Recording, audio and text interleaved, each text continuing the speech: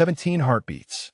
That was how long Petty Officer Second Class Yemisi Adeyemo had been holding her breath beneath the black water of the Niger Delta. Somewhere above her, less than 30 feet away, an enemy boat engine idled. She could feel its vibration through the water pressing against her chest, could sense the displacement as men shifted their weight on the deck, searching. Beside her, barely visible in the murk, Dante Okoye floated motionless, his eyes wide with fear, one hand pressed against the wound in his side that was slowly turning the water around them dark. 18 heartbeats. 19. Her lungs burned. The boat engine revved. And then, cutting through the water like a blade, she felt something else. Something moving toward them from the channel behind. Something large. 8 hours earlier, Chief Petty Officer Roland Vickers had looked at her like she was dirt on his boot. The briefing room aboard the USS Bataan smelled like recycled air and coffee that had been warming since yesterday. Yemisi stood at parade rest near the back wall, while Vickers addressed the team, his voice carrying the particular satisfaction of a man who had already decided how tonight would end. Adeyemo will run secondary support on the backup craft, Vickers announced without looking at her. Kowalski takes primary navigation on insertion. Yemisi felt the words land like a slap. She had studied these channels for 3 weeks. She had memorized every tidal pattern, every current shift, every sandbar that appeared and disappeared with the moon. Kowalski had arrived 4 days ago and still thought the Niger Delta was one river instead of 1,000. "Chief," she said, keeping her voice level, "I have the most comprehensive navigation brief on these waterways. The tidal window is narrow and the channel markers are unreliable. Kowalski has not had time to learn the secondary routes if the primary is compromised." Vickers turned slowly, his expression suggesting she had just confirmed every suspicion he had ever held about female operators. "Are you questioning my assignment, Petty Officer? I am providing tactical input, Chief." "Your tactical input was not requested." Vickers smiled, and there was nothing friendly in it. Some operators spend so much time studying maps they forget how to follow orders. "You are on secondary support. That is final." Across the room, Lieutenant Commander Sienna Blackwood watched the exchange without expression. She was one of only a handful of women to ever earn the SEAL Trident, and her presence on this operation had been unexplained. She caught Yemisi's eye for just a moment, and something passed between them that Yemisi could not quite read. Acknowledgement, perhaps, or warning. After the briefing, Dante Okoye fell in a step beside her in the corridor. He was young, 22, Nigerian-born, and fiercely proud of operating in his ancestral waters. He had been assigned to her craft, and in the 3 weeks they had worked together, he had never once questioned her judgment. "He is afraid of you," Dante said quietly. "That is why he pushes you to the back." "He is afraid of being wrong," Yemisi replied. "There is a difference." Dante shook his head. "I have seen how the others watch you during navigation drills. You read the water like you were born in it. Kowalski reads it like a tourist with a pamphlet. Vickers knows this. Everyone knows this." Yemisi stopped walking. Through a porthole, she could see the distant coastline of Nigeria, a dark smudge against the evening sky. Somewhere out there, in channels so complex they had swallowed entire armies, a man known only as the Fisherman was moving weapons to people who would use them to kill. 2 reconnaissance teams had already died trying to find his routes. Both had been lost at dawn. Before we continue with the story, drop a comment and let us know where you're watching from. Maybe you have witnessed someone being underestimated because of who they are, only to prove everyone wrong. She thought about Senior Chief Marcus Thornback in Norfolk, dying by inches in a hospital bed while cancer ate through his body. He had pushed her toward SWCC when everyone else said she should find an easier path. The last thing he had told her before she deployed still echoed in her mind, though she had not yet understood what he meant. "The water does not care what you are, Yemi, only what you know." Tonight, she would find out if she knew enough.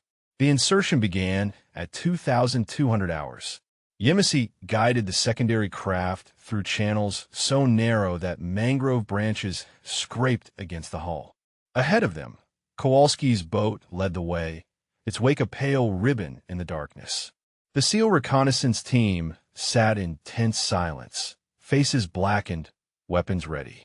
Yemisi watched the water, not the surface, but the patterns beneath it, the way current braided around submerged roots, the subtle bulge that indicated a sandbar forming, the ripple pattern that whispered of depth changes ahead. Her father had taught her to read water before she could read words, back when he worked the fishing boats in the Gulf of Mexico.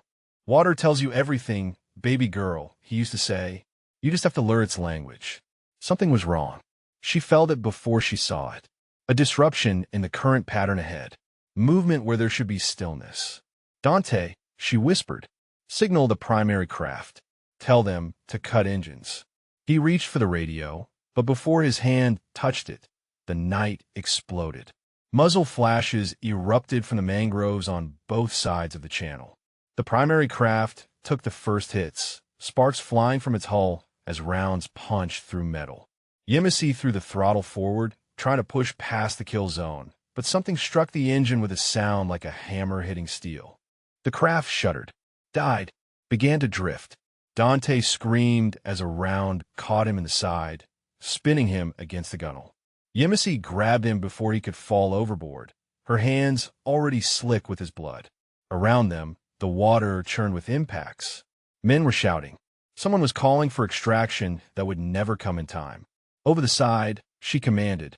Now, they went into the black water together, and the delta swallowed them whole. That was 8 hours ago.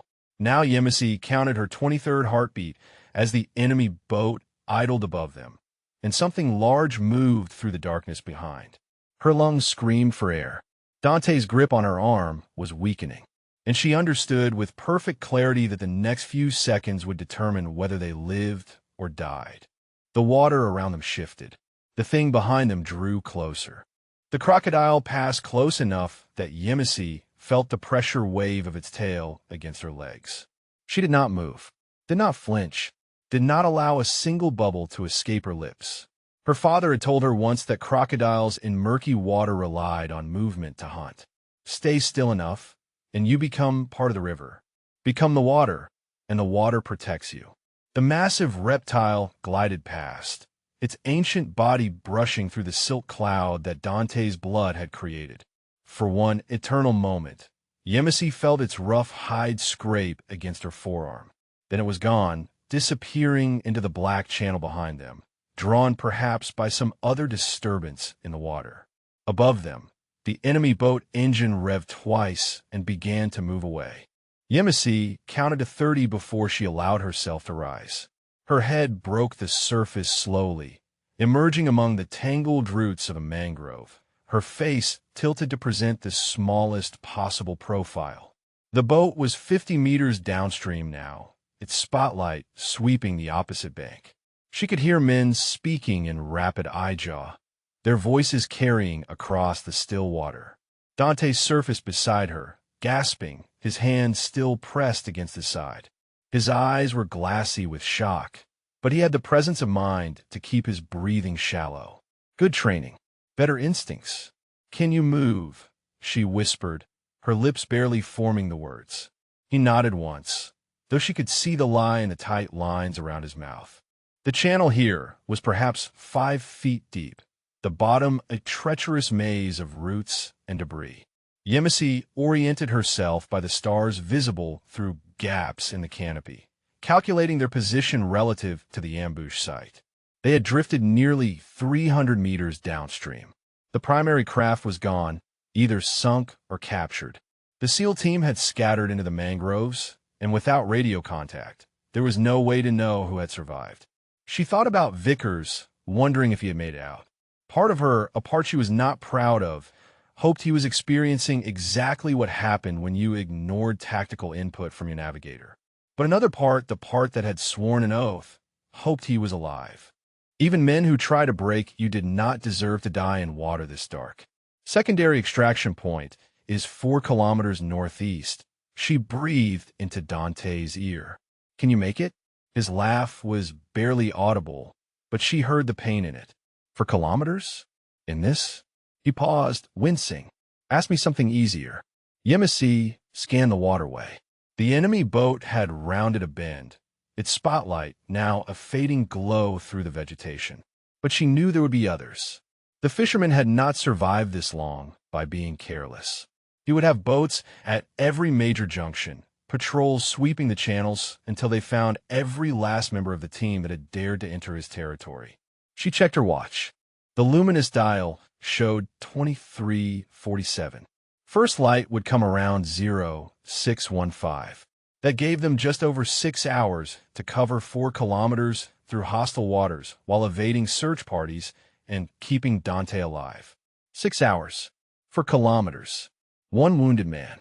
And somewhere out there, an enemy who knew these waters better than anyone. She allowed herself one breath of doubt. One moment where the weight of it all pressed down on her chest harder than the water ever had. Then she felt Dante's hand grip her arm, felt him fighting to stay, conscious, fighting to not become a burden, and she buried the doubt where it could not reach her. "We move with the current," she told him, slow and steady. "No splashing, no sudden movements. If you feel yourself fading, squeeze my arm. Do not try to be brave." Dante managed a weak smile. "I am floating in a crocodile-infested swamp with a bullet in my side and enemy boats hunting us. Being brave is not really an option. Despite everything." Yemisi felt the corner of her mouth twitch. "That is the first sensible thing you have said all night." They began to move. The Niger Delta at night was a world unto itself. Yemisi had studied it from satellite imagery and nautical charts, had memorized its patterns and pathways, but nothing had prepared her for the reality of being inside it. The water was warm, almost body temperature, which made it difficult to distinguish where her skin ended and the river began. Creatures moved in the darkness around them. Fish brushed against her legs. Things with too many legs skittered across floating debris. The air smelled of decay and growth intertwined, the endless cycle of the swamp consuming and creating in equal measure. She navigated by current and stars, by the subtle variations in water temperature that indicated tributary confluences, by the way sound traveled differently across open channels versus enclosed pools. Every 100 meters, she stopped to listen, to feel, to read the water the way her father had taught her. Dante stayed close, one hand gripping her belt, the other pressed against his wound. She could feel him weakening with each passing minute, his kicks becoming less coordinated, his grip loosening before tightening again with conscious effort. The bullet had entered just below his ribs on the right side. She had no way of knowing if it had hit anything vital, but the persistent bleeding suggested it had at least nicked something important. "Tell me about home," she whispered during one of their rest stops, tucked into a hollow formed by converging root systems. "Keep your mind working." Dante's eyes focused with effort. "Lagos. I grew up in Lagos. My mother sold fish in the market at Makoko. We lived in a house on stilts over the lagoon." He paused, his breathing ragged. "I used to swim to school when the walkways flooded. The other children thought I was crazy." Yemisi adjusted his position, trying to keep his wound above the waterline. "Sounds like good training." It was survival. He coughed quietly, and she saw dark fluid on his lips. "Everything in Lagos is survival." A sound reached them from somewhere to the north. Engine noise, but different from before. Multiple boats moving in formation. Yemisi pressed Dante deeper into the roots, covering his body with hers, making them both as small as possible. Through the lattice of branches above them, she saw lights sweeping across the water. 3 boats, maybe 4, spreading out in a search pattern. They were organized, methodical, professional. The fishermen's men. She counted the seconds between spotlight sweeps, calculated the gaps in their coverage, noted the rhythm of their search pattern. There was a logic to it, a system. And every system had weaknesses. 90 seconds, she breathed. That is how long between passes. "We move when the 3rd boat clears that bend." Dante did not respond. His grip on her belt had gone slack. "Dante!" She shook him gently. "Dante, stay with me." His eyes fluttered open. "Still here. Just resting. No resting. Not yet." She grabbed his face, forcing him to focus on her. You do not get to die in this water. You hear me? Your mother did not raise you in a house on stilts so you could drown in a swamp. Something flickered in his expression. Defiance, maybe, or just stubbornness too deep to surrender. The third boat rounded the bend, its spotlight sweeping away from their position. Now Yemisi commanded. They slipped back into the current, two shadows among 1,000 shadows, and let the delta carry them deeper into the dark. The first hour in the water taught Yemisi that everything she had learned from charts and satellite imagery was worthless. The delta was alive in ways that no map could capture. Channels that should have been open were choked with vegetation. Passages marked as shallow dropped suddenly into depths that swallowed the starlight. The current shifted and braided without warning, pulling them toward tributaries that led nowhere. She adapted. That was what operators did. They took the plan and threw it away when reality demanded something different. Dante was fading faster now. His skin had gone cold despite the warm water, and his breathing had become shallow and irregular. The wound in his side had stopped bleeding visibly, but Yemisi knew that meant nothing good. Internal bleeding was invisible until it killed you. She found a partially submerged log wedge between two mangrove trunks and guided him onto it, letting him rest with his torso out of the water. His eyes were closed, but his chest still rose and fell. 5 minutes, she told him. Then we move again. He did not respond. Yemisi checked their position again, reading the stars through a gap in the canopy. They had covered perhaps 800 meters in the past hour. At this rate, they would not reach the extraction point until well after dawn. And dawn in the delta belonged to the fishermen. She thought about the 2 reconnaissance teams that had died before. Both lost at first light. The briefing had attributed their deaths to bad luck, to being in the wrong place when the sun came up. But Yemisi did not believe in coincidence. The fisherman knew something about dawn in the delta. He used it somehow. She just could not figure out how. A sound interrupted her thoughts. Not an engine this time, but something worse. Voices. Closed voices, speaking in hushed tones, coming from somewhere to the east. Yemisi slipped off the log and into the water, pressing herself against the roots. Through the tangled vegetation, she could see lights bobbing between the trees. Not boats. Men on foot, wading through the shallows with flashlights and weapons. A ground search party. The fisherman was being thorough. She counted 6 lights, maybe 7, spread in a loose line and moving slowly in their direction. They were checking every hollow, every root system, every shadow large enough to hide a person. Professional, methodical, exactly the kind of search that found people who thought they were hidden. Yemisi calculated distances and angles. The search line would pass within 20 meters of their position, close enough to hear breathing, close enough to see disturbed water, close enough to find them. She looked at Dante, still motionless on the log. Moving him now would create noise. Leaving him there would mean discovery. Neither option led anywhere good. Then she remembered something her father had said during a storm in the Gulf, when their fishing boat had lost power and was drifting toward the offshore platforms. You cannot fight the water, baby girl. You can only understand it. Work with it. Become part of it. Become part of it. Yemisi made her decision. She pulled Dante off the log as gently as possible, wrapping one arm around his chest and clamping her other hand over his mouth. His eyes snapped open, confused and frightened. "Do not move," she breathed directly into his ear. "Do not breathe unless I tell you. Trust me." She guided them both beneath the surface, into the blackness where even starlight could not reach. The water pressed against her ears, filled her nose, surrounded her completely. She could feel Dante's heart racing against her arm, could feel his body fighting the instinct to surface. The silt here was thick, accumulated from decades of organic decay. Yemisi reached down and grabbed handfuls of it, smearing it across their faces, their hair, their clothes.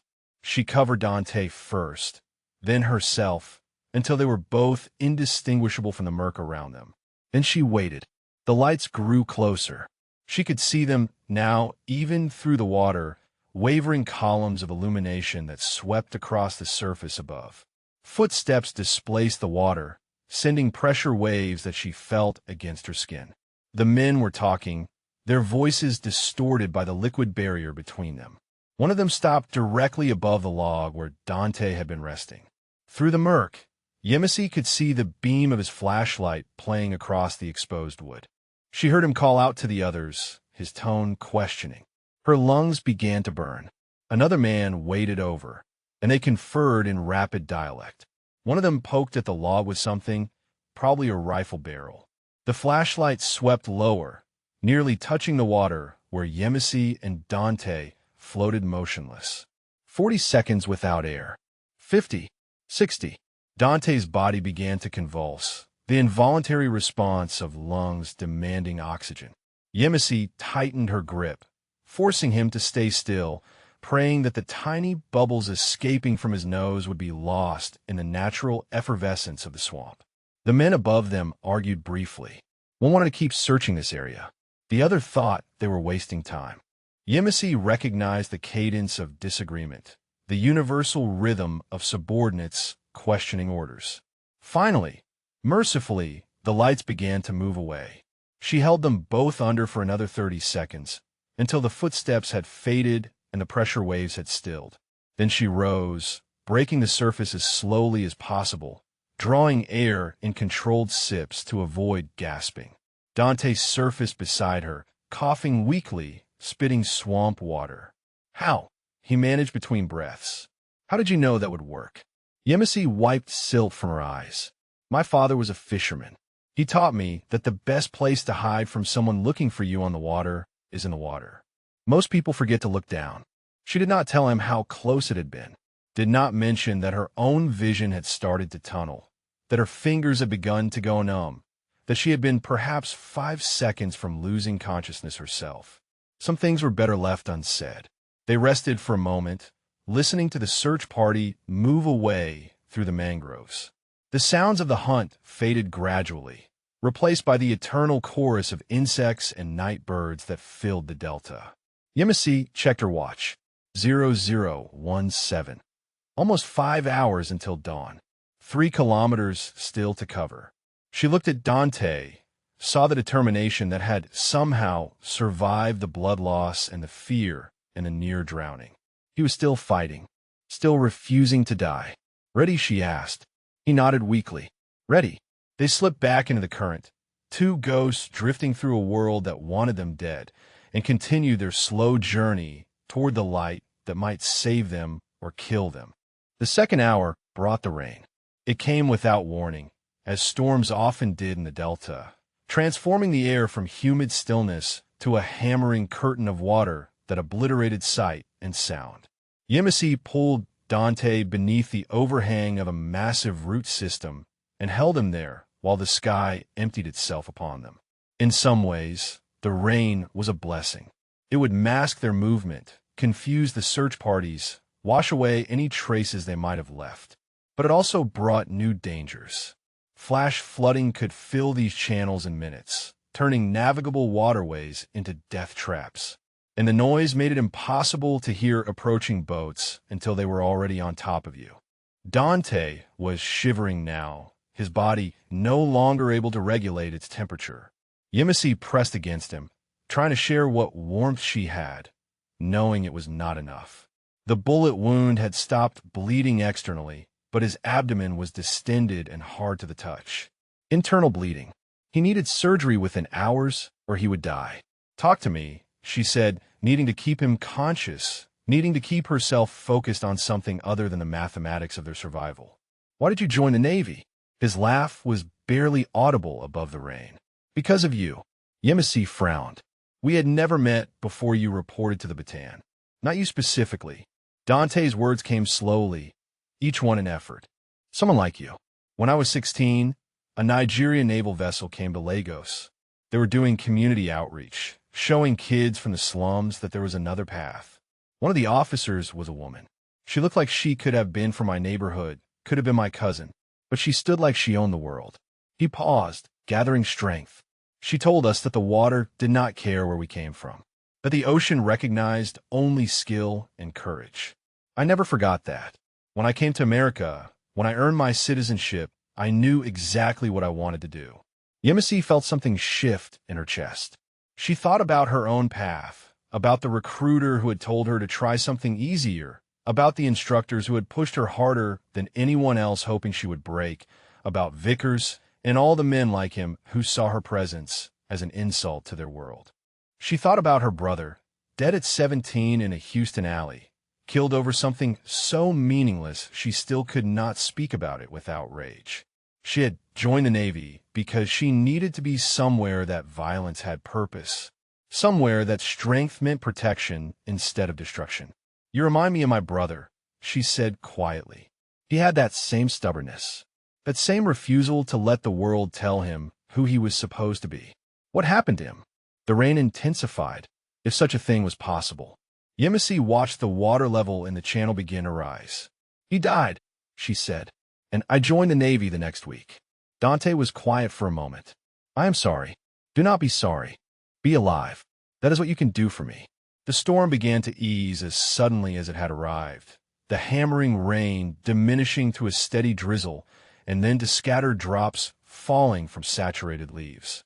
Yemisi checked their surroundings, reading the changed landscape. The water had risen nearly a foot, and the current had strengthened significantly. New debris floated past, branches and vegetation torn loose by the storm's fury. She was about to signal Dante to move when she heard it. An engine. Close. Coming from the direction of the main channel. "Down," she hissed, pushing him lower into the water. The boat appeared around a bend, perhaps 40 meters away, moving slowly against the current. It was larger than the patrol craft she had seen earlier, with a mounted spotlight that swept methodically across both banks. 3 men stood on deck, weapons ready, eyes scanning the water. And standing at the bow, directing the search with calm authority, was a man Yemisi recognized from the intelligence briefings. Tall, thin, a scar running from his left eye to his jaw, legacy of some long-ago violence. They called him the fisherman because he had spent 20 years harvesting weapons from shipwrecks before graduating to smuggling them for profit. He looked at the water the way Yemisi's father used to look at it, like he could read its secrets, like he understood its language. The fisherman raised his hand, and the boat stopped. He stared at the root system where Yemisi and Dante were hidden, his eyes narrowing. He could not possibly see them. They were too deep in the shadows, too covered in silt and debris. But something had caught his attention, some wrongness in the pattern that only another water eater would notice. He spoke to one of his men, gesturing toward their hiding spot. Yemisi's hand moved to the knife on her belt. It was the only weapon she had left. If they were found, she would make them pay for it. She would buy Dante whatever time she could, even if it cost her everything. The man the fisherman had addressed began to wade toward them, his rifle raised, his flashlight beam cutting through the darkness. 10 meters, 8 meters, 6 meters. A burst of static erupted from the radio on the fisherman's belt. A voice, urgent and excited, reported something in rapid eye-jaw. Yemisi caught only fragments, but one word was clear. Americans. They had found other Americans somewhere else in the Delta. The fisherman called his man back with a sharp command. The searcher hesitated, his flashlight still pointed at the root system, still scanning. For a moment, Yemisi was certain he would see them, certain that this was where it all ended. Then he turned and waded back to the boat. The engine revved, and the vessel pulled away, heading toward whatever unlucky survivors had just been discovered. Yemisi did not move for 5 full minutes after the sound of the engine faded. When she finally allowed herself to breathe, her hands were shaking. "That was him," Dante whispered. "The fisherman. I saw his face." Yemisi nodded. "And now we know he is looking for us personally." The water around them suddenly felt colder. The extraction point suddenly felt impossibly far away. And dawn was still 4 hours distant. The third hour was the hardest. Not because of the fisherman or his patrols. Not because of the crocodiles that Yemisi sensed moving through deeper channels nearby. Not even because of Dante's worsening condition, though his silence had grown more frightening than his pain. The third hour was the hardest because it was the hour when hope began to die. Yemisi had calculated their progress with brutal honesty. In 3 hours of movement, they had covered barely 2 kilometers. The extraction point was still more than 2 kilometers away, and the channels ahead were narrowing, forcing them into tighter passages where concealment would be nearly impossible. Even if they maintained their current pace, they would arrive at the extraction point well after 0700. More than an hour after first light, she thought about the 2 reconnaissance teams that had died at dawn, thought about the way the fishermen looked at the water, reading it the way she did. And slowly, a terrible understanding began to form. Dawn was not just a time of day in the Delta. It was a transformation. At night, the channels were dark and anonymous, one shadow indistinguishable from another. But when the sun rose, everything changed. The angle of light penetrated the water, revealing what darkness concealed. The morning mist lifted from the surface, exposing anyone who relied on its cover. The birds took flight, their sudden movement betraying disturbances in the vegetation below. The fisherman did not need to find them in the dark. He just needed to keep them pinned until sunrise. Then the Delta itself would reveal them. She understood now why the previous teams had died at first light. They had spent all night evading patrols, thinking they just needed to survive until morning. They never realized that morning was the trap. Yemisi stopped moving, her mind racing through options that all ended in the same place. They could not reach the extraction point before dawn. They could not hide effectively once the sun came up. And they could not fight their way out against the fishermen's forces. For the first time since the ambush, she felt the cold grip of despair. Dante's hand found hers beneath the water. His grip was weak, barely more than a touch, but it pulled her back from the edge. "You are thinking too loud," he whispered. "I can hear it." She looked at him, at his young face made old by pain, at the determination that still flickered behind his exhausted eyes. "I do not know how to get us out of this," she admitted. The words cost her more than she wanted to acknowledge. "I have been calculating every option, and none of them work." Dante was quiet for a long moment. The sounds of the Delta filled the silence between them. Insects humming, water lapping, somewhere distant, an engine that might have been a patrol or might have been imagination. "When I was 12, he said finally, there was a flood in Lagos. The worst in decades. Our house on stilts was not high enough. The water rose until it was inside our home, until we were standing on furniture, until my mother was holding my baby sister above her head to keep her from drowning." He paused, gathering strength for the rest. The water kept rising. We could not leave because the current was too strong, would have swept us away. We could not stay because the water would not stop. My mother prayed. My father wept. And I was certain we were going to die. "What happened?" Yemisi asked. Dante's lips curved into something that was almost a smile. "The water stopped rising. Not because of anything we did. Not because we found some clever solution. It just stopped, centimeters from taking everything. Sometimes survival is not about having a plan. Sometimes it is just about refusing to die until the water decides to let you live." Yemisi wanted to argue, wanted to explain that military operations did not work on faith, that survival required strategy, that hope was not a course of action. But something in Dante's words lodged beneath her resistance. Refusing to die until the water decides to let you live.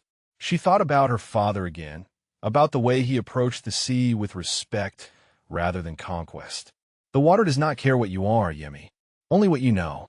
And suddenly, Senior Chief Thorne's words connected with something deeper. She had been trying to fight the Delta, trying to impose her will upon it, to force a path through hostile territory. But the Delta did not respond to force. It responded to understanding, to those who knew its rhythms well enough to move with them rather than against them. The previous teams had died at dawn because they were trying to escape the Delta. They were fighting the rising light, racing against the sun, moving fast enough to create disturbances that the fishermen could read. But what if she did not try to escape? What if she became part of the Delta instead? The idea crystallized slowly, taking shape from fragments of her father's teaching, from Thorne's cryptic advice, from years of studying water in all its forms. It was insane. It violated every protocol she had ever learned. It depended on variables she could not control. But it was the only option that did not end with them dead in the water at first light. I need you to trust me, she said to Dante. I have an idea, but it requires us to do something that goes against every instinct. He studied her face in the darkness. What kind of something? We stop running. We stop hiding. We find a position and we stay there completely still until the exact right moment. That sounds like waiting to die. Yemisi shook her head. It sounds like becoming invisible. The fisherman reads movement. His patrols search for disturbance. If we become part of the water, part of the delta itself, we become invisible to everything he knows how to look for. And then what? Then we wait for first light. And at the exact moment when everyone else would run, we strike. Dante was silent for a long moment. Then, impossibly, he laughed. It was weak and pained, but it was real. You are completely insane, he said. Yemisi allowed herself a small smile. Is that a yes? He squeezed her hand with what little strength he had left. That is a yes. They turned away from the extraction point and began searching for the perfect place to disappear.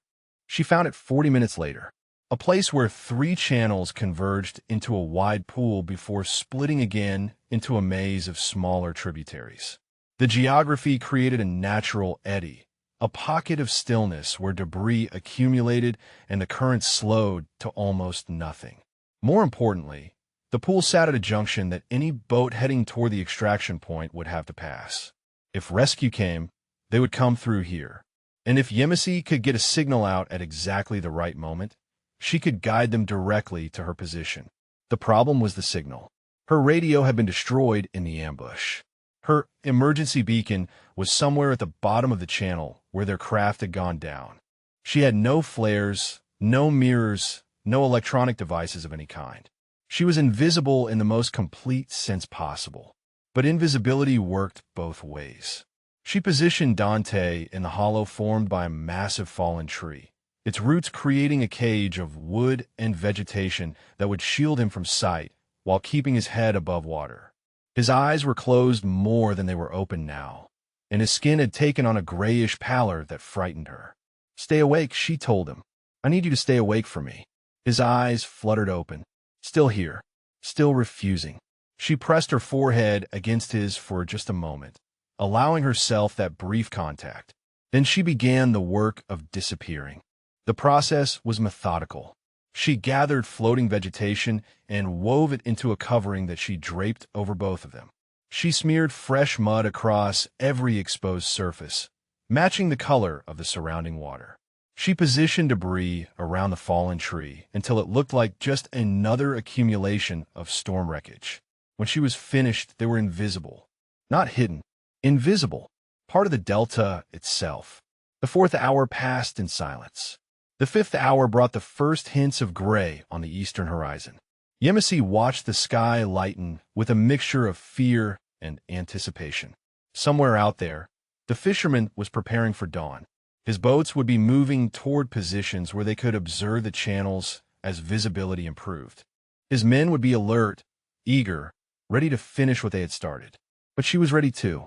The memory came without warning, rising from somewhere deep. Senior Chief Thorne in the hospital bed, his body wasted by disease, but his eyes still sharp. He had gripped her hand with surprising strength and spoken words that had seemed like delirium at the time. The water does not care what you are, Yemi, only what you know. But here is what they never teach you in training. The water remembers everything. Every current you have ever ridden. Every storm you have ever survived. Every time you became part of it instead of fighting against it. When the moment comes, and it will come, you will not have time to think. You will only have what the water remembers.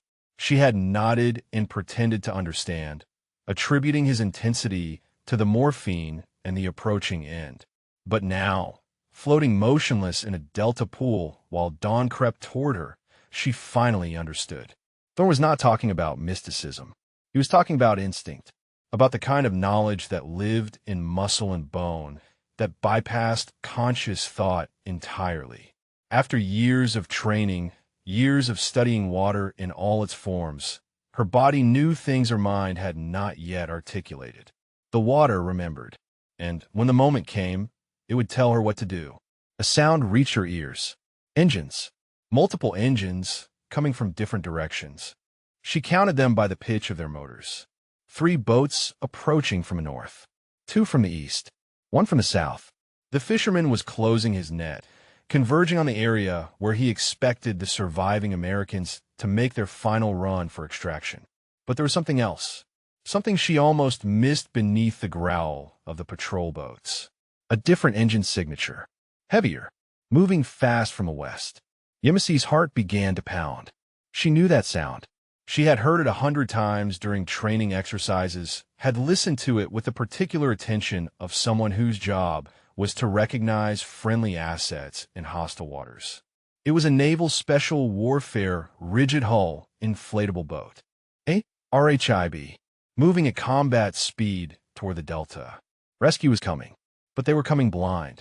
They had no idea where she was, no idea that the fishermen had 6 boats converging on the same area.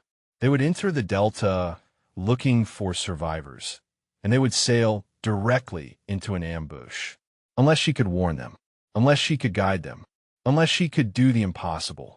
Yemisi looked at Dante, unconscious now despite his promise to stay awake.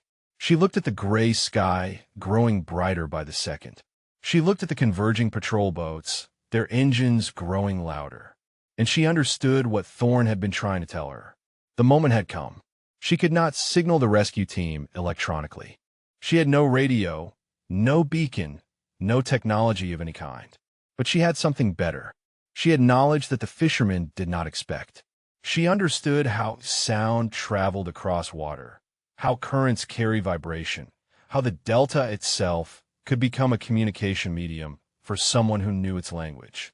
Her father had taught her to call fish by slapping the water in specific patterns, creating vibrations that traveled for hundreds of meters. It was an old technique passed down through generations of Gulf fishermen. The rescue team would be listening for any signal, any sign of survivors. They would have sonar equipment calibrated to detect unusual patterns. And she was about to give them something very unusual indeed.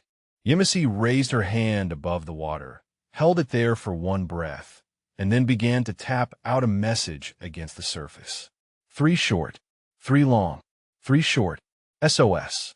Over and over, as the sun crept toward the horizon and the fishermen's boats closed in. The water carried her voice into the dawn. The first rays of sunlight broke through the canopy and turned the water to gold. Yemisi kept tapping. 3 short, 3 long, 3 short. Her arm ached from the repetitive motion, her fingers numb from hours in the water, but she did not stop. Could not stop. Somewhere out there, the rescue team was listening. They had to be listening. The fishermen's boats had slowed. She could hear them idling in the channels around her, their crews scanning the brightening water for any sign of movement. The trap was set. All they needed was prey. Dante stirred beside her, a weak groan escaping his lips. Yemisi clamped her free hand over his mouth, her eyes fixed on the nearest patrol boat barely 60 meters away. The vessel had stopped at the junction of 2 channels, its crew watching the approaches with predatory patience. One of the men on deck raised binoculars and swept them across the pool where Yemisi and Dante lay hidden. The lenses passed over their position once, twice, 3 times. He saw nothing but debris. Yemisi resumed her tapping the moment the binoculars moved on. The pattern was everything now. If the rescue team had sonar operators worth their training, they would detect the rhythmic vibration. They would recognize the universal distress signal. They would understand that someone was alive and trying to communicate. But would they understand where? She thought about the ribs approach vector. Coming from the west meant they would enter the delta through the main channel, the widest and deepest waterway that led directly into the heart of the fishermen's territory. It was the obvious approach, the expected approach, the deadly approach. She needed to redirect them, needed to guide them through the southern tributaries, a maze of narrow channels that only someone with intimate knowledge of tidal patterns could navigate. The fishermen would not expect an approach from that direction because the fishermen did not believe anyone could navigate it. But Yemisi could. She had memorized those channels. She had traced their paths on charts until she could see them with her eyes closed. The problem was communication. SOS told them she was alive. It did not tell them where she was or how to reach her safely. She needed something more. Yemisi closed her eyes and thought about sound, about the way water carried vibration differently than air, about the way her father used to communicate with other fishing boats during radio silence, tapping codes against the hull that traveled for kilometers through the dense medium. Morse code was too limited. She needed to convey complex navigation instructions with nothing but rhythm and pattern. Then she remembered the SWCC training module on emergency communication protocols. The old methods, developed before satellites and digital encryption, when operators in hostile waters had to coordinate using only the tools nature provided. EHYTH navigation, a system that used varying intervals between taps to indicate direction and distance. Short intervals meant starboard. Long intervals meant port. Group patterns indicated landmarks or channel markers. It was archaic. It was nearly forgotten.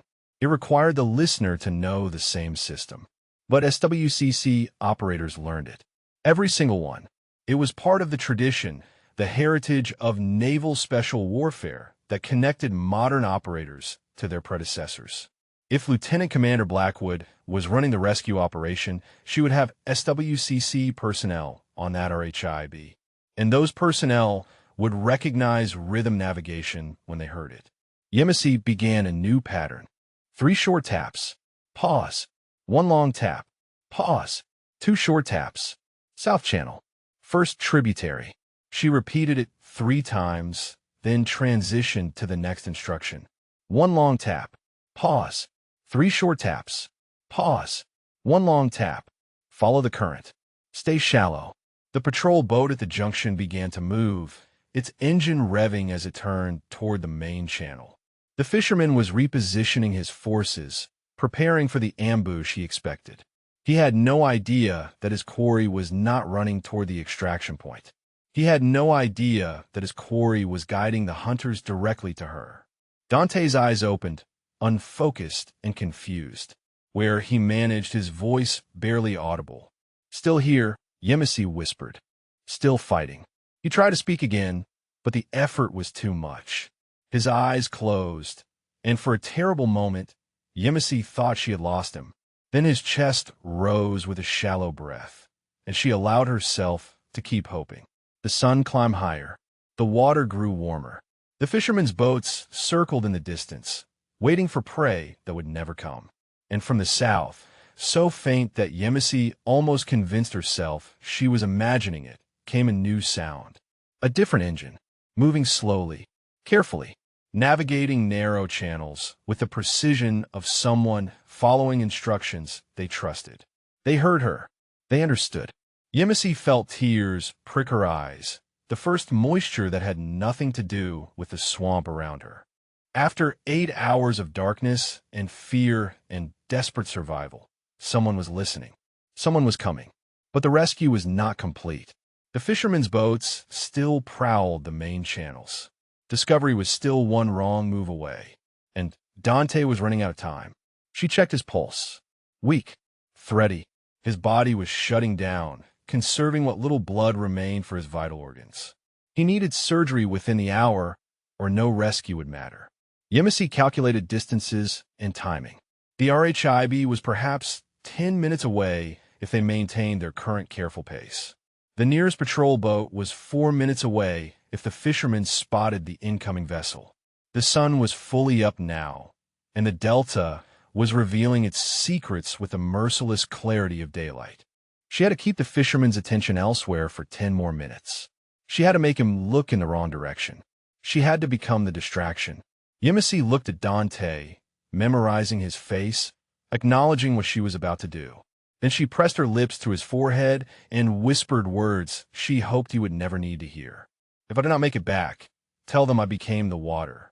She slipped out of their hiding place and began to swim toward the fishermen's patrol boats. The water was warmer near the surface where the sun had begun its work. Yemisi moved through it like a shadow, using the breaststroke her father had taught her decades ago. No es plus. No walk. just the slow displacement of liquid that could be mistaken for current or wind.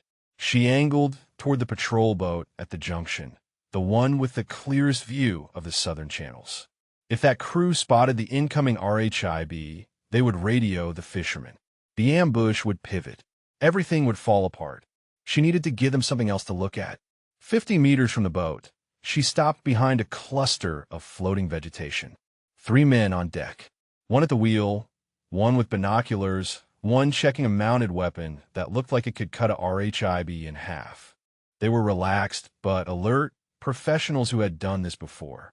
Yemisi studied the water between her position and theirs. The current here moved northeast, which meant anything she released would drift toward the main channel rather than the boat. Useless for distraction, but sound traveled everywhere. She found a piece of waterlogged wood the size of her forearm and tested its weight. Dense enough to splash, light enough to throw. She waited until the man with binoculars swept his gaze toward the northern approaches. Then she threw the wood in a high arc toward the eastern channel. It landed with a splash that seemed impossibly loud in the morning stillness. All 3 men spun toward the sound. The binoculars came up. The man at the weapon traversed his barrel toward the east. They shouted to each other in rapid eye-jaw, and the engine revved as the boat began to move toward the disturbance. Yemisi was already swimming. She covered the distance to their vacated position in 30 seconds, then continued south toward the next patrol boat. Behind her, she could hear the first crew searching the eastern channel, their voices carrying across the water with frustrated confusion. 1 down, 2 more between the RHIB and Dante. The second boat was more problematic. It was anchored in shallower water, and the crew had positioned themselves to watch multiple approaches simultaneously. A simple distraction would not draw all of them away. She needed something bigger. Yemisi scanned the surrounding vegetation and spotted what she needed. A bird's nest in the low branches of a mangrove, home to a species she recognized from her wildlife briefings. Delta weavers. Aggressive when threatened, loud when disturbed. She pulled herself onto a submerged root system and reached for the nest. The birds exploded outward in a frenzy of wings and screaming calls. They dove at her head, at her arms, at anything they could reach. Yemisi endured the assault for 3 seconds, then dropped back into the water and went under. Above her, the birds continued their alarm. Other birds in nearby trees took up the call. Within moments, the entire section of the delta had erupted into a cacophony of avian panic. The second patrol boat's engine roared to life. Through the murky water, Yemisi saw its hull pass overhead, heading toward the source of the disturbance. The crew was shouting, pointing at the circling birds, trying to determine what had caused the commotion. She surfaced just long enough to confirm they had moved, then continued south. The third boat was the fisherman's. She recognized it by its size and by the figure standing at the bow, that tall silhouette with the scarred face that had nearly discovered her hiding place hours ago. He was watching the chaos to the north with an expression she could not read. Calculating, perhaps. Suspicious. He was too smart to be fooled by birds. Yemisi treaded water behind a screen of reeds and considered her options. The RHIB was close now. She could hear its engine clearly, moving through the southern channels with careful precision. 5 minutes, maybe less, until it reached the pool where Dante waited. 5 minutes was an eternity when the fisherman stood between rescue and survival. She watched him scan the water with those knowing eyes. He was reading the delta the same way she did, looking for the disturbances that did not fit. The birds had drawn his crew's attention, but they had not drawn his. He knew something was wrong. His gaze swept toward the southern channels. He stiffened. He had heard the RHIB. The fisherman turned and barked orders at his helmsman. The boat's engine thundered to life, and the vessel began to move toward the southern approach, toward the narrow channels where the rescue team was navigating blind. Yemisi made her decision in the space between heartbeats. She broke cover and began swimming directly toward the fisherman's boat. Not hiding, not creeping, swimming with strong strokes that churned the water white, that created exactly the kind of disturbance she had spent all night avoiding. The fisherman saw her immediately. His head snapped around, and for one frozen moment, their eyes met across 50 meters of sun-dappled water. Then he smiled. He shouted something to his crew, and the boat pivoted toward her, its bow cutting through the water with predatory speed. Yemisi idove. The hull passed over her with inches to spare, the propeller churning the water into a maelstrom of bubbles and force. She tumbled in the wake, disoriented, lungs burning, but she did not surface. She swam deeper, into the murky layers where sunlight could not reach. Behind her, the boat circled back. She could hear the engine revving, could feel the vibrations as the crew searched for her. But she was part of the water now, part of the delta. Invisible. 3 minutes. The RHIB needed 3 more minutes. She counted the seconds and heartbeats, staying deep, staying still, letting the current carry her away from the circling predator above. The fisherman would not find her. He could not find her, because she had become exactly what Senior Chief Thorne had always believed she could be. She had become the water itself. 2 minutes and 40 seconds. Yemisi counted them in the darkness beneath the surface, her body pressed against the silted bottom of the channel, her lungs screaming for air she could not take. Above her, the fisherman's boat circled in tightening patterns, its propeller churning the water into chaos. He knew she was here. He just could not find her. 2 minutes and 20 seconds. The current had carried her perhaps 30 meters from where she had dove. She was wedged beneath an overhang of roots, invisible from above, but trapped. If she surfaced now, she would be directly in the boat's path. If she stayed under much longer, she would drown. 2 minutes. The engine noise shifted. The boat was moving away, widening its search pattern. Yemisi risked a slow ascent, rising through the murk until her face broke the surface in a pocket of air between mangrove roots. She drew breath in tiny sips, fighting the urge to gasp. The fisherman's boat was 40 meters to the north, its crew scanning the water with frustrated intensity. They had lost her trail. 1 minute and 30 seconds. From the south came a sound that made her heart surge. The Rib's engine, no longer cautious, now running at full speed. The rescue team had cleared the narrow channels and was making their final approach to Dante's position. The fisherman heard it too. His head snapped toward the sound, and Yemisi saw the calculation in his posture. He could not catch her and intercept the RHIB. He had to choose. He chose the larger prize. The boat pivoted south, its engine roaring as the fisherman abandoned his hunt for one survivor in favor of destroying the rescue mission entirely. Yemisi burst from cover and swam, not away from the danger, toward it. She had spent 8 hours becoming invisible, learning to move without trace, mastering the art of disappearing into the delta. Now she used everything she had learned to do the opposite. She swam with powerful strokes that sent water spraying in her wake. She shouted, her voice hoarse but loud, cutting across the morning air. Here, over here, come and get me. The fisherman's boat slowed. She could see him at the bow, his scarred face twisted with something between rage and respect. He knew what she was doing. He knew she was sacrificing herself to buy time for her people, and he could not resist the bait. The boat turned back toward her. Yemisi dove again, but this time she had a destination. She swam toward the junction where the channels converged, toward the pool where she had spent the night hiding with Dante. The RHIB would pass through there. If she could reach it first, if she could stay alive long enough for rescue to arrive, everything would be worth it. The fisherman's boat pursued her with relentless precision.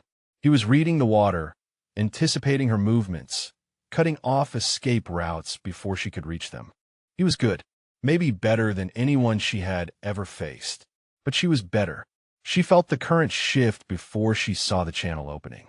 A tributary feeding into the main pool, too shallow for the fisherman's boat, but deep enough for a swimmer. She turned into it, pulling herself through water that barely covered her body, roots scraping against her back as she wormed through the narrow passage. Behind her, the fisherman's boat ground to a halt, its hull too deep to follow. She heard him cursing in Ijaw, heard his crew scrambling to find another route. But there was no other route. She had studied these channels for weeks. She knew every shortcut, every connection, every hidden path. The water remembered, and so did she. Yemisi emerged into the pool just as the RHIB rounded the final bend.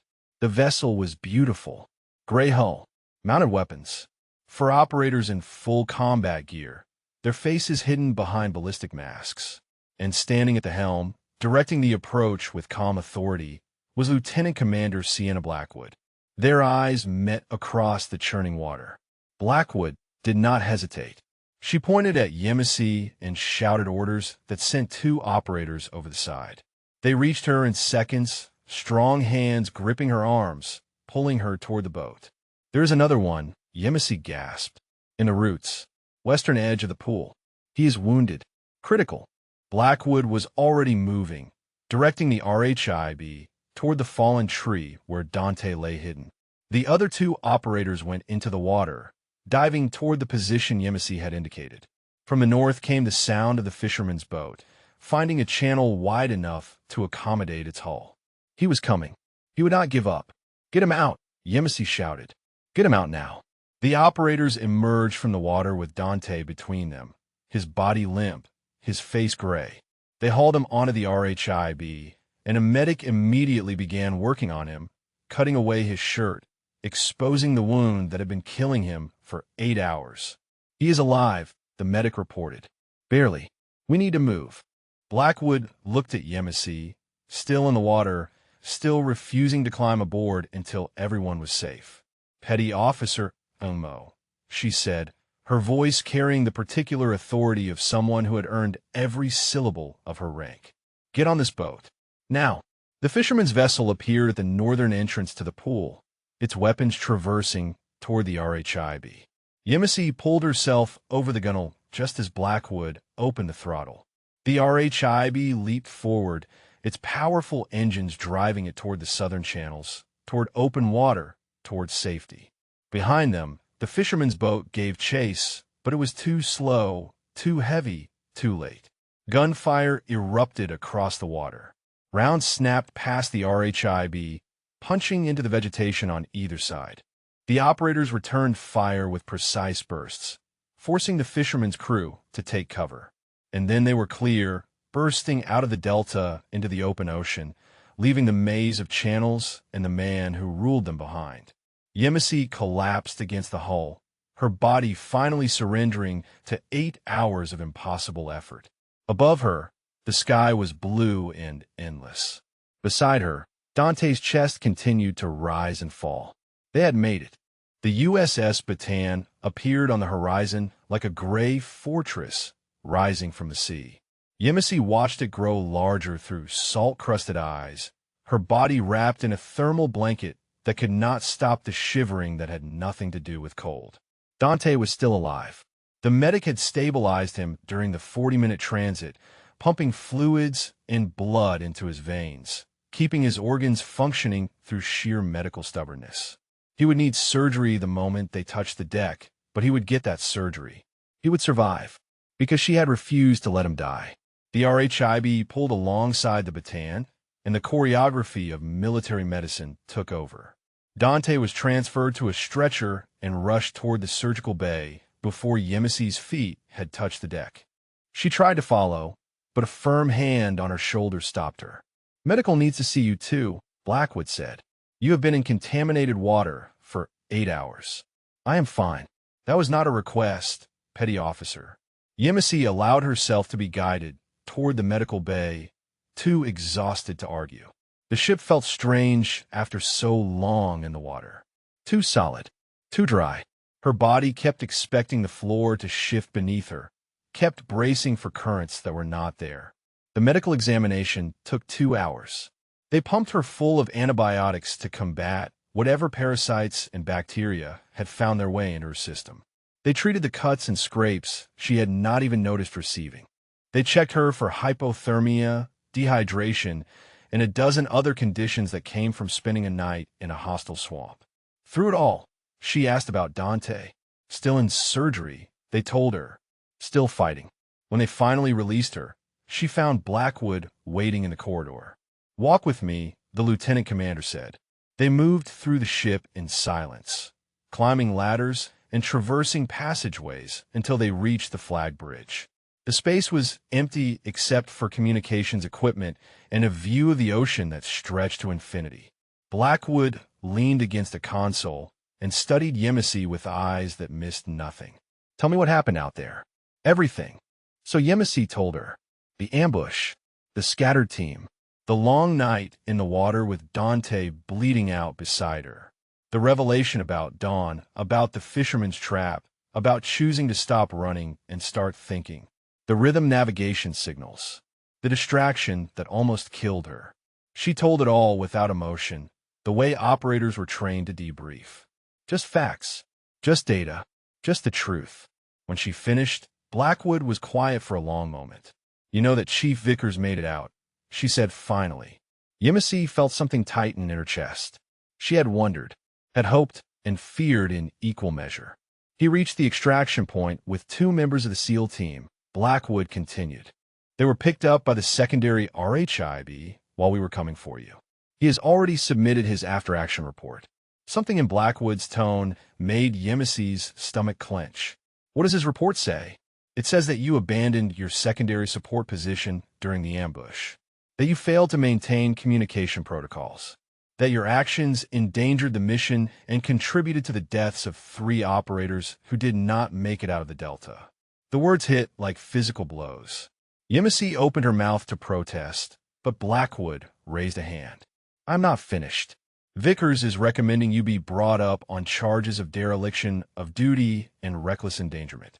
He wants your career ended." The shivering started again, but this time it had nothing to do with temperature or exhaustion. This was rage. Pure, crystalline rage that burned through her veins like fire. "That is a lie," she said, her voice barely controlled. "My craft was disabled in the initial attack. Kowalski's navigation put the primary boat directly into the kill zone.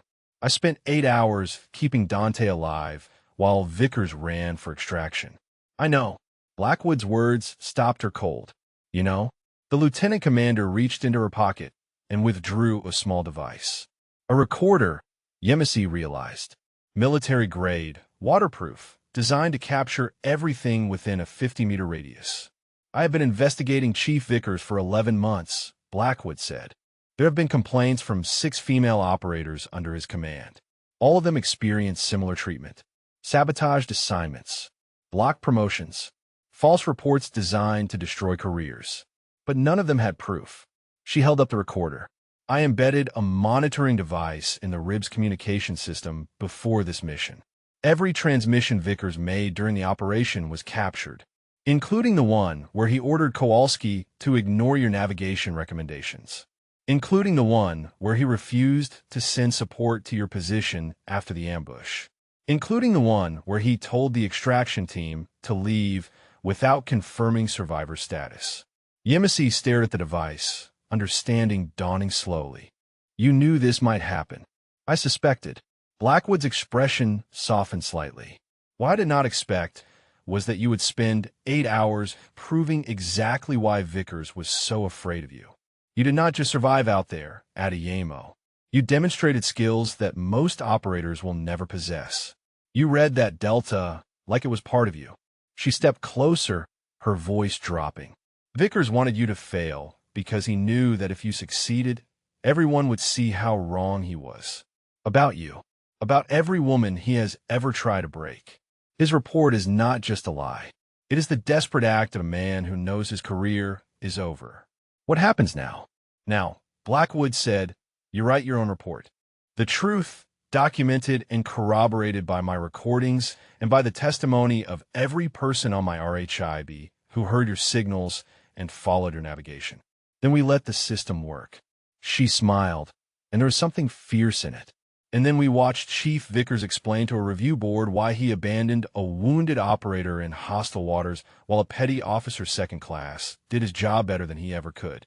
The review board convened 3 days later in a cramped compartment below the Batan's flight deck. Yemisi sat in her dress uniform, her hands folded on the table in front of her, her face a mask of military discipline that revealed nothing of the storm inside. Across from her, Chief Petty Officer Roland Vickers sat with his own hands folded, his expression one of righteous confidence. He had spent 3 days building his case, gathering statements from operators who owed him favors, constructing a narrative that painted Yemisi as reckless, insubordinate, and ultimately responsible for the deaths that had occurred in the Delta. He did not know about the recordings. The board consisted of 3 officers: a captain who had served 30 years in naval special warfare, a commander who specialized in operational review, and Lieutenant Commander Sienna Blackwood, whose presence Vickers had unsuccessfully protested. Captain Hernandez opened the proceedings with a summary of the mission and its outcomes. 3 operators killed in the initial ambush, 2 wounded, including Petty Officer 3rd Class Dante Okoye, who remained in stable condition following emergency surgery. 1 craft destroyed, 1 high-value target operation compromised. Chief Vickers, the captain said, "You have submitted a report recommending disciplinary action against Petty Officer Adeyemo. Present your case." Vickers stood, smoothing his uniform with practiced precision. "Sir, Petty Officer Adeyemo was assigned to secondary support during this operation. Her role was to provide backup navigation and extraction capability. Instead, she abandoned her post during the ambush, failed to maintain communication with command, and spent 8 hours pursuing her own agenda while the rest of the team fought for survival." He paused for effect. 3 good operators died that night, and while they were dying, Adeyemo was floating in a swamp, doing nothing useful. Her actions were selfish, reckless, and in direct violation of operational protocols. Yemisi felt her jaw tighten, but she kept her expression neutral. Let him talk. Let him hang himself with his own words. Captain Hernandez turned to her. "Petty Officer Adeyemo, your response." She stood, meeting the captain's eyes directly. "Sir, my craft was disabled in the initial moments of the ambush. A direct hit to the engine left us dead in the water. Petty Officer Okoye sustained a gunshot wound that would have killed him within hours without intervention. I made the decision to enter the water and attempt to reach the extraction point while keeping him alive." She paused, letting the facts settle. During the 8 hours Chief Vickers characterizes as doing nothing useful, I evaded multiple enemy patrols, navigated 3 kilometers of hostile waterway, developed and executed a communication strategy using rhythm navigation protocols, and successfully guided the rescue team to our position. Petty Officer Okoye is alive because of those 8 hours. Vickers scoffed audibly. "Eha upsilonteha em navigacion." A fairy tale she invented to cover her failure. There is no evidence that any such communication occurred. Lieutenant Commander Blackwood spoke for the first time. "Actually, there is." She placed the recorder on the table and pressed play. The compartment filled with sound. Static. Engine noise. And then, clear as a bell, the voice of the RIBS sonar operator. "I am picking up something strange. Rhythmic tapping. Wait, that is Morse. SOS pattern. And something else. Navigation codes. Old school, but I recognize them. Someone is out there trying to guide us in." Another voice. Blackwood's own. "Follow those signals. Whoever is sending them knows these waters." The recording continued, capturing the entire rescue approach, the rhythm navigation instructions that had guided them through the southern channels, the moment they had found Yemisi and Dante. Vickers' face had gone pale. Blackwood stopped the recording and looked directly at him. "Chief Vickers, I also have recordings of every communication you made during this operation. Would you like me to play the one where you instructed Lieutenant Kowalski to disregard Petty Officer Adeyemo's navigation recommendations? Or perhaps the one where you ordered the extraction team to depart without confirming survivor status at the secondary craft's last known position?" The silence that followed was absolute. Vickers opened his mouth, closed it. His confidence had evaporated, replaced by the desperate calculation of a man watching his world collapse. Captain Hernandez leaned forward. "Chief Vickers, is there anything you would like to add to your statement?" "Sir," Vickers swallowed. "There may have been some miscommunication during the operation." "The fog of battle." "The fog of battle," Hernandez repeated. He turned to the commander beside him. "Commander Walsh, Your assessment. The commander studied a tablet in front of him. Based on the evidence presented, including Lieutenant Commander Blackwood's recordings and a medical report confirming Petty Officer Okoye's survival directly attributable to Petty Officer Adeyemo's actions, I recommend all charges against Petty Officer Adeyemo be dismissed. He looked up at Vickers with undisguised contempt. I further recommend a formal investigation into Chief Petty Officer Vickers' conduct, including his navigation decisions that placed the primary craft in the kill zone, his failure to provide support to disabled assets, and his apparent pattern of targeting female operators for adverse action. Vickers sat down heavily, his career crumbling in real time. Captain Hernandez nodded. This board finds no merit in the charges against Petty Officer Adeyemo. Chief Vickers, you are hereby relieved of duty pending investigation. He turned to Yemisi, and something like respect flickered in his eyes. Petty Officer Adeyemo, what you accomplished in that Delta was extraordinary. On behalf of this command, thank you for bringing our people home. Yemisi stood at attention, her heart pounding with something she had almost forgotten how to feel. Pride. Thank you, sir. As the board adjourned and Vickers was escorted out by armed guards, Blackwood approached her. There is someone who wants to see you, she said. Medical Bay. He woke up an hour ago and will not stop asking about the woman who saved his life. Yemisi felt something warm bloom in her chest. She had one more visit to make. Dante was sitting up when she entered the medical bay, his torso wrapped in bandages, his face still pale, but alive with something that looked like joy. There she is, he said, his voice hoarse but strong. The woman who carried me through hell. Yemisi pulled a chair beside his bed and sat down, allowing herself to feel the weight of exhaustion she had been holding at bay for days. I did not carry you. You swam most of it yourself. I was unconscious for at least 3 hours of it. Dante's smile faded into something more serious. The doctors told me what you did. How you kept my head above water. How you hid us from the patrols. How you swam toward the fisherman's boat to draw them away from me. He reached out and took her hand. You could have left me. No one would have blamed you. One person moves faster than two. You would have reached extraction hours earlier. Yemisi looked at their joined hands, at the contrast of his skin against hers, at the bond that had formed in 8 hours of darkness and desperation. My brother died alone, she said quietly, in an alley in Houston, with no one there to help him. I joined the Navy because I never wanted anyone else to feel that kind of abandonment. Leaving you was never an option. Dante squeezed her hand. Then I owe my life to your brother too. They sat in comfortable silence for a moment, the sounds of the medical bay humming around them. Monitors beeped. Somewhere nearby, a corpsman was discussing medication schedules. Normal sounds. Safe sounds. What happens now? Dante asked. Yemisi considered the question. So much had changed in the past 72 hours. Vickers was finished. Blackwood had hinted at new opportunities. The Delta had tested her in ways she had never imagined and found her worthy. Lieutenant Commander Blackwood is recommending me for SEAL support training, she said.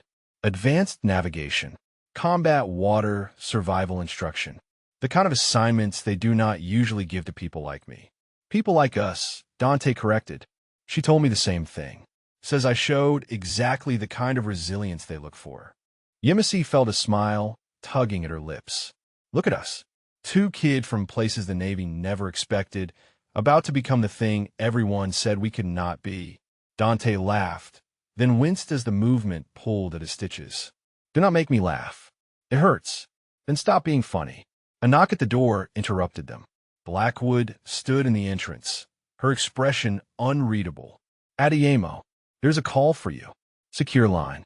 I think you will want to take it. Yemisi frowned, rising from her chair. Who is it? Blackwood's expression softened. Norfolk Naval Hospital. They said it is urgent. The walk to the communications room felt like it took hours. Yemisi's mind raced through possibilities, each one worse than the last. Senior Chief Thorne. The cancer. She had been so focused on surviving the Delta that she had pushed him to the back of her thoughts, had tried not to think about the man who had believed in her when no one else did. She picked up the receiver with trembling hands. This is Petty Officer Adeyemo. The voice on the other end was female. Warm. Professional. Petty officer, this is Lieutenant Chun at Norfolk Naval Hospital. I'm calling about Senior Chief Marcus Thorne. He asked me to contact you as soon as possible. Yemisi braced herself. Is he gone? A pause. Then, impossibly, a soft laugh. No, petty officer. He is very much alive. Against all expectations, he has responded to an experimental treatment we began last month. The cancer is in remission. He is weak, but he's going to make it. Yemisi's knees buckled. She grabbed the console for support, tears streaming down her face before she could stop them. He wanted me to tell you something, Lieutenant Chun continued. He said, and I quote, tell Yemi the water decided to let me live too. She'll understand. Yemisi laughed through her tears, the sound echoing off the metal walls of the communications room. I understand, she managed. Tell him I understand. She ended the call and stood there for a long moment, letting the news wash over her. Thorne was alive. Dante was alive. She was alive. And somewhere in the Niger Delta, a man called the Fisherman was learning that some prey could not be caught. She made her way back to the medical bay, but instead of going inside, she climbed to the observation deck above the flight line. The sun was setting over the ocean, painting the sky in shades of orange and gold. The water stretched to the horizon, endless and eternal, indifferent to the struggles of those who traveled upon it. But not hostile. Not anymore. She thought about her father, teaching her to read currents in the Gulf of Mexico. She thought about her brother, whose death had set her on this path. She thought about Thorne, fighting his own battle in a hospital bed thousands of miles away. And she thought about Dante, who had trusted her with his life and been rewarded for that trust. The water does not care what you are, only what you know. She knew now. She knew what she was capable of. She knew what she could endure. And she knew that no matter what challenges lay ahead, she would face them the way she had faced the Delta, by becoming part of the current, by refusing to fight what could not be fought, by waiting for the perfect moment and striking at first light. If you connected with this story, drop a comment about what resonated most with you, or share if you have ever witnessed someone prove the doubters wrong through sheer determination. Yemisi watched the sun sink below the horizon, and for the first time in years, she felt at peace. The water had decided to let her live, and she intended to make that life extraordinary.